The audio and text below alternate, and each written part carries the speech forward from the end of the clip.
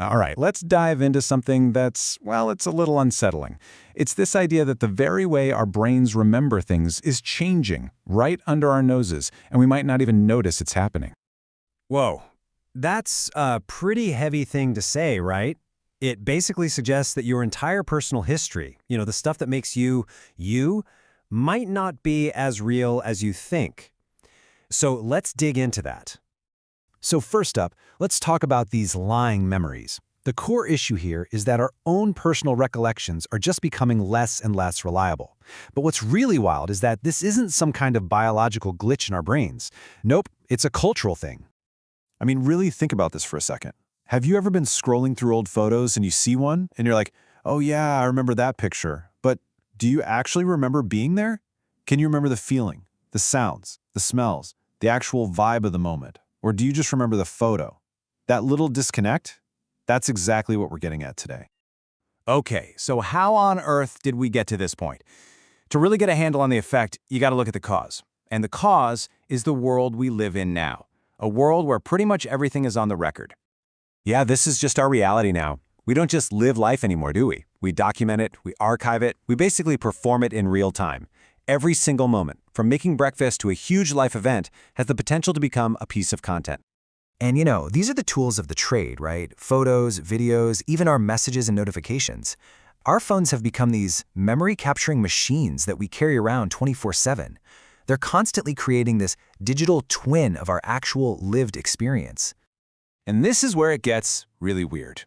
Here's the big paradox. You'd think, logically, that recording everything would make our memories stronger, wouldn't you? But it seems like the exact opposite is true.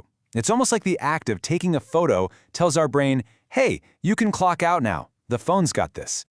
So that brings us to the big idea that kind of explains this whole paradox. It's a process we're all part of, whether we realize it or not. Let's call it the great memory outsourcing. Basically, our brains aren't really storing moments in the same way anymore. They're not doing that hard biological work of creating a rich, messy, multisensory memory. Instead, they outsource them. It's just like how a company might hire a contractor to do a job it doesn't want to do. We are literally handing off the fundamental task of remembering to our technology. So what is memory outsourcing? It's the act of relying on our devices, our phones, our computers, to store our memories. And the problem is, this actually weakens our brain's own ability to remember things. Think of your memory like a muscle, right? If you stop using it, it gets weaker. By letting our phones do all the heavy lifting, our own memory muscle just starts to, well, atrophy. And where does it all go? Well, it goes to our phones, it gets backed up to the cloud, it gets posted on social media for everyone to see. Our memories are basically moving out of the private, internal space of our minds and into this external, very public space. But wait, it gets even more complicated. Because these memories aren't just being stored somewhere else. They're actually being changed along the way. We are, in effect, creating a remastered version of our own lives. This is a huge shift in how we remember things. So when you try to recall something, your brain doesn't dig for that original, kind of fuzzy sensory data. It just takes a shortcut. It pulls up the crisp, clean, digital file, the photo, the video, because it's just easier. And let's break down the difference here. A true memory, an organic one, is kind of messy, right? It's multisensory, it's emotional, it's the lived experience. An outsourced memory, that's the image of the experience. It's filtered, it's mostly visual. One is based on truth, the other is based on what gets attention. So, over time, all of this adds up. Slowly but surely, human memory itself is becoming a filtered version of reality. We're replacing our entire personal history piece by piece with these cleaner, simpler, more shareable digital versions. It's like our whole life story is getting a permanent Instagram filter. And the process is pretty simple, really. Step 1, the moment happens in real life. Step 2, we capture it with our phone. Step 3, we edit that capture. Tweak the brightness, add a filter, maybe crop someone out. And then step 4, and this is the most important part, that edited version becomes the memory. It basically overwrites the original.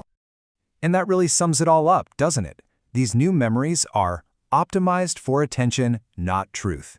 Their value isn't in how accurate they are, it's in how many likes they can get.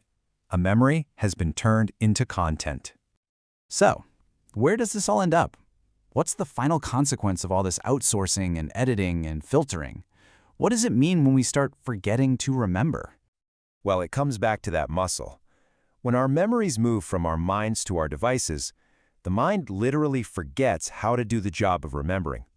We're delegating this fundamental human skill to our technology, and in the process, we're losing the skill ourselves.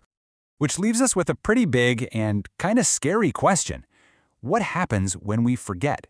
When our real internal memories get replaced by a perfectly curated external social media feed, what have we lost? What happens to our sense of who we are when our past isn't really ours anymore, but just a collection of files we saved to the cloud?